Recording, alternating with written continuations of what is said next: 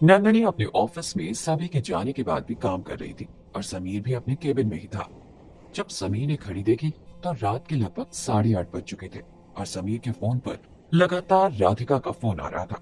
समीर ने जैसे ही अपना फोन देखा, उसमें स्क्रीन पर फ्लैश हो रहा था 4 मिस्ड कॉल्स। जब 5वीं बार फोन आया तो समीर ने वो फोन उठा लिया। राधिका ने उधर से कहा, हेलो समीर, काफी रात हो गई है, घर कब आओगे तुम? समीर ने इधर से बहुत ही सीरियस टोन में जवाब दिया, मैं थोड़ी देर में घर पहुंच जाऊंगा मैम, लगभग 10 बजे तक। इस बात से गुस्सा होते हुए राधिका ने कहा, लेकिन मुझे तुमसे कुछ जरूरी बात करनी है और मैं चाहती हूँ कि तुम अभी घर आओ। लेकिन मॉम, मैं अभी काम कर रहा हूँ। क्या जरूरी बात है, आप मुझे प्लीज फोन पे बता दीजिए। समीर ने वैसे ही सीरियस होते हुए कहा जैसे पहले कहा था। राधिका ने अपनी जिद पर अड़ते हुए कहा, क्या तुम अब एक बार में मेरी बात भी नहीं मान सकते? आखिरी बार कब तुम समय पर घर आए हो मुझे तो याद भी नहीं है। मैं चाहती हूँ कि तुम जल्दी घर लौटो, इसमें क्या बुराई है? राधिका का इमोशनल ब्लैकमेल काम कर रहा था और समीर नहीं चाहता था कि इस बात को और बढ़ाया जाए, इसलिए उसने कहा, ठीक है, मैं थोड़ी देर में आ जाता हूँ। ये कहते हुए समीर ने तुरंत फोन रख दिया और अपनी फाइलों को समेटने लगा। थोड़ी ही देर में समीर ने अपनी सारी फाइल्स को समेट लिया और घर जाने के लिए जैसे ही अपने केबिन से बाहर निकला, उसने देखा कि नंदनी अभी तक वहां बैठकर काम कर रही है। समीर ने जब उसे एक नजर देखा तो देखता रह गया, लेकिन फिर तुरंत सीरियस होते हुए बोला, ऑफिस का टाइम खत्म हो चुका है और बाकी लोग भी जा चुके हैं, आप यहाँ पर क्या कर रही हैं? नंदनी ने बिना उसकी तरफ देखते हुए कहा, मैं यहाँ पर काम खत्म कर रही हूँ और जब तक ये पूरा नहीं हो जाता मैं यहाँ से नहीं जाऊंगी। आप ही बोल रही हैं कि ऑफिस मेरा है और मैं यहाँ का बॉस हूँ, इसलिए जो मैं कहूंगा वो आपको सुनना पड़ेगा और वही करना भी पड़ेगा। यह सुनकर नंदनी इरिटेट हो गई और बोली, ओके फाइन। यह कहने के बाद नंदनी अपना सामान अपने बैग में डालने लगी और समीर उसे देखने लगा। थोड़ी ही देर में नंदनी ने अपना सारा सामान पैक कर लिया और जाने के लिए अपने कदम आगे बढ़ाए, लेकिन समीर वहीं खड़ा था। समीर ने घड़ी में टाइम देखा तो 9 बजने वाले थे। समीर कुछ कहना चाहता था लेकिन फिर चुप हो गया। नंदनी अपने ऑफिस से बाहर निकल गई और अपनी कार को पार्किंग से निकालकर जैसे ही स्टार्ट किया, कार स्टार्ट नहीं हुई। समीर भी उसी समय वहां आया और उसने अपनी गाड़ी पार्किंग से निकाली। नंदनी ने फिर से कोशिश की कार स्टार्ट करने की, लेकिन उसकी कोशिश एक बार फिर से नाकाम हो गई। तभी समीर ने उसकी तरफ देखा और सोचा, लगता है नंदिनी की गाड़ी खराब हो गई है। समीर वहां से जाना नहीं चाहता था क्योंकि वो इतनी रात गए उसे अकेला नहीं छोड़ना चाहता था। थोड़ी देर इंतजार करने के बाद नंदिनी ने देखा कि समीर की गाड़ी अभी तक वहीं खड़ी है। उसने अपने मन में सोचा, ये खड़ूस बॉस यहाँ से जा क्यों नहीं रहा है? चाहे कुछ भी हो जाए, इससे तो मदद नहीं लूंगी मैं। नंदनी ये सब सोच ही रही थी कि तभी समीर अपनी गाड़ी लेकर वहां से चला गया और नंदनी वहां पर अपनी खराब गाड़ी के साथ अकेली रह गई। उसके जाने के बाद नंदनी ने सोचा, कैसा आदमी है, एक बार पूछ भी नहीं सकता था। नंदनी ने अपनी गाड़ी लॉक की और वहां पर ऑटो का इंतजार करने लगी। 10 मिनट के इंतजार के बाद नंदनी को ऑटो मिल गया और वो उसमें बैठ गई। थोड़ी देर के बाद नंदनी ने ऑटो वाले से कहा, भैया यहाँ से राइट लेना है। ये कहते हुए नंदनी ने कार्तिक को मैसेज किया, मैं रास्ते में हूँ, थोड़ी देर में घर पहुंच जाऊंगी। उसने जैसे ही अपना चेहरा उठाया, ऑटो वाले ने राइट नहीं बल्कि लेफ्ट लिया था। नंदिनी के तो होश ही उड़ गए। उसने चिल्लाते हुए ऑटो वाले से कहा, मैंने कहा था आपसे राइट लेने के लिए। लेकिन उस ऑटो वाले ने कुछ भी नहीं कहा और ऑटो उसी डायरेक्शन में चलाने लगा। नंदिनी इस बात से बहुत डर गई और उस ऑटो वाले पर फिर से गुस्सा करते हुए बोली, मैं कह रही हूँ ना आपसे, आप जिधर जा रहे हैं उधर मेरा घर नहीं है, आप टर्न करिए गाड़ी को। उस ऑटो वाले ने फिर से कोई जवाब नहीं दिया और ऑटो की स्पीड और तेज कर दी। नंदनी समझ गई कि वो ऑटो वाला उसके साथ कोई बदतमीजी कर रहा है। नंदनी ने इधर उधर चिल्लाते हुए हेल्प हेल्प कहा, लेकिन वो रास्ता इतना सुनसान था कि वहां उसकी आवाज कोई भी नहीं सुन सकता था। डर की वजह से नंदनी पसीने पसीने हो गई और अपने फोन से पुलिस स्टेशन फोन लगाने की कोशिश करने लगी। नंदनी ने जैसे ही फोन लगाया, उस ऑटो वाले ने गाड़ी स्लो करते हुए नंदनी का फोन पकड़कर फेंक दिया। नंदिनी ये सब देखती रह गई। चलती ऑटो से वो कूद भी नहीं सकती थी और उसकी मदद के लिए वहां कोई भी नहीं था। नंदिनी ने फिर से कहा, कौन हो तुम और मुझे कहाँ लेकर जा रहे हो? उस ऑटो वाले के पास एक फोन आया और उसने फोन उठाते हुए कहा, आपका काम हो गया है, मैं अभी उस लड़की को ठिकाने पे लेकर पहुंचता हूँ। ये सुनकर नंदिनी के हाथ कांपने लगे। उसके माथे पर और गर्दन पर पसीने की बूंदें आ गई और उसने फिर चिल्लाते हुए कहा, हेल्प, कोई है? तभी उस ऑटो के सामने गाड़ी आकर रुकी और गाड़ी की लाइट इतनी तेज थी कि नंदनी को कुछ नहीं दिखा। और उस ऑटो वाले के सामने कोई रास्ता नहीं था सिवाय ऑटो को रोकने के। गाड़ी की लाइट इतनी जोर से चमकी कि सामने कौन था नंदनी को दिखा नहीं। ऑटो वाला तुरंत समझ गया कि वो किसी हाल में बचने वाला नहीं है, इसलिए उसने तुरंत अपना ऑटो छोड़ा और वहां से भागने की कोशिश की। समीर तुरंत अपनी गाड़ी से उतरा और उसे पकड़ने की कोशिश की, लेकिन तब तक वो भाग चुका था। समीर थोड़ी दूर तक भागता हुआ गया, लेकिन अंधेरे में उसके कहीं न दिखने की वजह से वापस नंदिनी की तरफ लौट आया। नंदिनी बहुत डरी हुई थी और समीर जैसे आया वो उसके सीने से लग गई। समीर की हिम्मत नहीं हुई कि वो नंदिनी को पकड़ ले, लेकिन नंदिनी को इस तरह से देखकर उसे बहुत ज्यादा बुरा लग रहा था। वो बहुत ज्यादा डर गई थी। उसे समझ नहीं आ रहा था कि आखिर किसने उसके साथ इस तरह की हरकत करने के लिए कहा था। नंदिनी डर की वजह से सब कुछ भूल गई थी और बस उसे सामने समीर ही दिख रहा था। समीर ने कहा, तुम ठीक हो?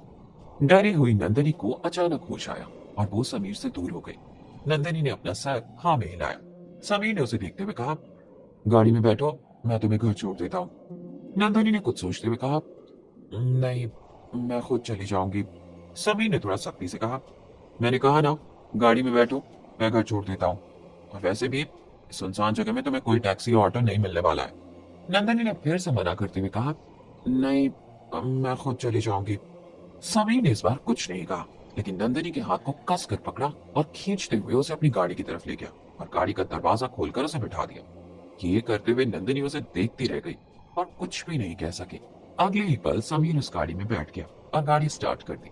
नंदिनी उसका ये एटीट्यूड देख रही थी और समीर ना चाहते हुए भी नंदिनी को उसी तरह से केयर कर रहा था जैसे वो पहले करता था।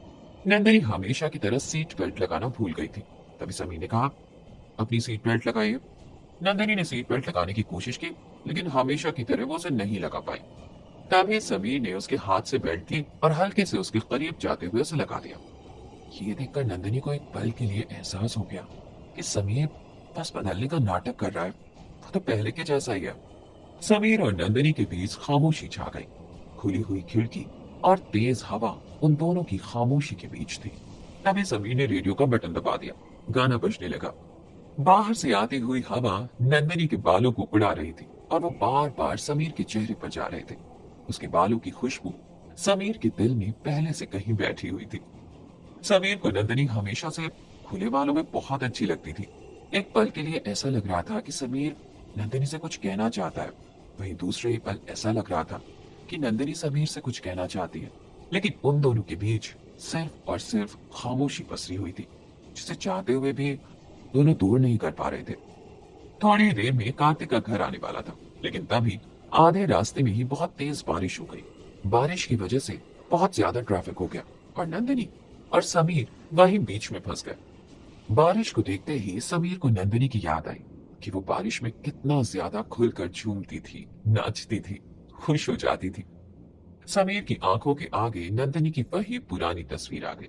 लेकिन पिछले कुछ समय से जब से समीर उससे अलग हुआ था, नंदिनी कभी बारिश में नहीं भीगी। उसकी खुशी तुम्हारों कहीं छिन सी गई थी। बारिश की वजह से समीर की गाड़ी न आगे बढ़ सकती थी और न ही पीछे जा सकती थी और उसकी घड़ी में 10 बज चुके थे। नंदिनी अब परेशान होने लगी। वो बार बार इधर उधर देखती, लेकिन अभी भी उन दोनों के बीच किसी भी तरह की कोई बातचीत नहीं हो रही थी। समीर ने बहुत हिम्मत करते हुए नंदिनी से कहा, मुझे लगता है ये बारिश अभी बंद होने वाली नहीं है, हमें बाहर निकलकर कोई और रास्ता ढूंढना पड़ेगा। नंदिनी का फोन भी टूट गया था, जिसकी वजह से वो कार्तिक को भी कॉल नहीं कर पा रही थी। इधर कार्तिक के घर में कार्तिक ने अपने बेडरूम को पूरी तरह से सजा रखा था। हर तरफ रोज और लेवेंडर के फ्लावर्स रखे हुए थे। कमरे में सेंटेड कैंडल्स जल रहे थे और एक केक के साथ कार्तिक नंदिनी का इंतजार कर रहा था। उसने जैसे ही घड़ी देखी, परेशान होने लगा। कार्तिक ने ये सारा सरप्राइज नंदिनी के लिए प्लान किया था और वो सोच रहा था, आज कुछ भी हो जाए, नंदिनी से अपनी दिल की बात कह के रहूंगा। मुझे यकीन है कि नंदिनी मुझे एक मौका जरूर देगी, लेकिन इतना सब कुछ होने के बाद क्या वो मुझसे कभी प्यार कर पाएगी? मालिनी और मॉम ने उसके साथ जो कुछ भी किया वो सही नहीं था, लेकिन उन्होंने जो कुछ भी किया उसमें उन्हें मेरी ही भलाई दिखी। हाँ, शायद भगवान भी यही चाहते थे कि मैं और नंदिनी एक हो जाएं, और आज नहीं तो कल नंदिनी को यह बात एक्सेप्ट करनी ही पड़ेगी। यही सोचते हुए कार्तिक ने इतनी सारी तैयारी कर ली थी, लेकिन जैसे जैसे वक्त बीत रहा था उसे नंदिनी की चिंता हो रही थी। कार्तिक ने 2 से 3 बार नंदिनी का फोन ट्राई किया, लेकिन उसका फोन गिर जाने की वजह से टूट गया था और स्विच ऑफ जा रहा था। कार्तिक के मन में बहुत सारे ख्याल आने लगे। तभी उसने सोचा, क्यों ना समीर के ऑफिस कॉल लगाकर पता किया जाए। कार्तिक के मन में जैसे ही ये ख्याल आया, उसने तुरंत उसके ऑफिस में कॉल लगा दिया। समीर के ऑफिस में रिसेप्शन पर किसी ने कॉल उठाया। कार्तिक ने पूछा, नंदिनी वर्मा ऑफिस से कब निकली हैं? मैं कार्तिक, नंदिनी का हस्बैंड बात कर रहा हूँ। जिसने फोन उठाया था वो चौकीदार था और उसने कार्तिक से कहा, सर, नंदिनी मैम और समीर सर एक साथ निकले थे। उन्हें निकले करीब 2 घंटे हो गए हैं। यह सुनते ही कार्तिक के तन बदन में मानो आग सी लग गई और उसने अपना फोन जोर से जमीन पर पटक दिया।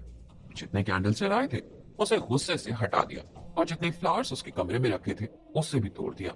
कमरे की सारी सजावट कार्तिक ने 10 मिनट में ही तहस नहस कर दी थी। कार्तिक का गुस्सा आसमान पर चढ़ गया था।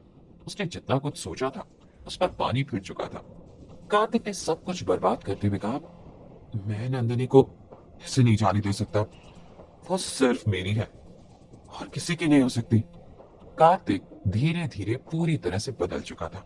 वो नंदिनी को लेकर जितना ज्यादा प्रोटेक्टिव और केयरिंग था, अब उतना ही पॉजिटिव और जिद्दी हो गया था। लगभग आधे घंटे की बारिश के बाद अभी भी बारिश रुकने का नाम नहीं ले रही थी। समीर और नंदिनी अपनी गाड़ी से निकलकर बाहर कहीं रुकने की जगह देख रहे थे, लेकिन उतने में ही दोनों पूरी तरह से भीग चुके थे। नंदिनी को ठंड लग रही थी और उसका बदन ठंड से कांप रहा था। तभी उस अधूरी सी जगह में उन्हें एक जलती हुई लाइट दिखी और समीर ने नंदिनी की तरफ देखते हुए कहा, मुझे लगता है हमें उधर जाना चाहिए। नंदिनी ने अपने कांपते हुए होठों से हाँ कहा और समीर के साथ चल दी। समीर ने उस दरवाजे को नॉक किया, लेकिन वहां पर कोई नहीं था। उस घर के बाहर की लाइट जल रही थी और ऐसा लग रहा था कि वहां पर अब कोई नहीं रहता। थोड़ी देर तक दरवाजा नॉक करने के बाद भी जब किसी ने दरवाजा नहीं खोला तो समीर ने नंदिनी की तरफ देखते हुए कहा, लगता है यहाँ कोई नहीं रहता, हमें चलना चाहिए।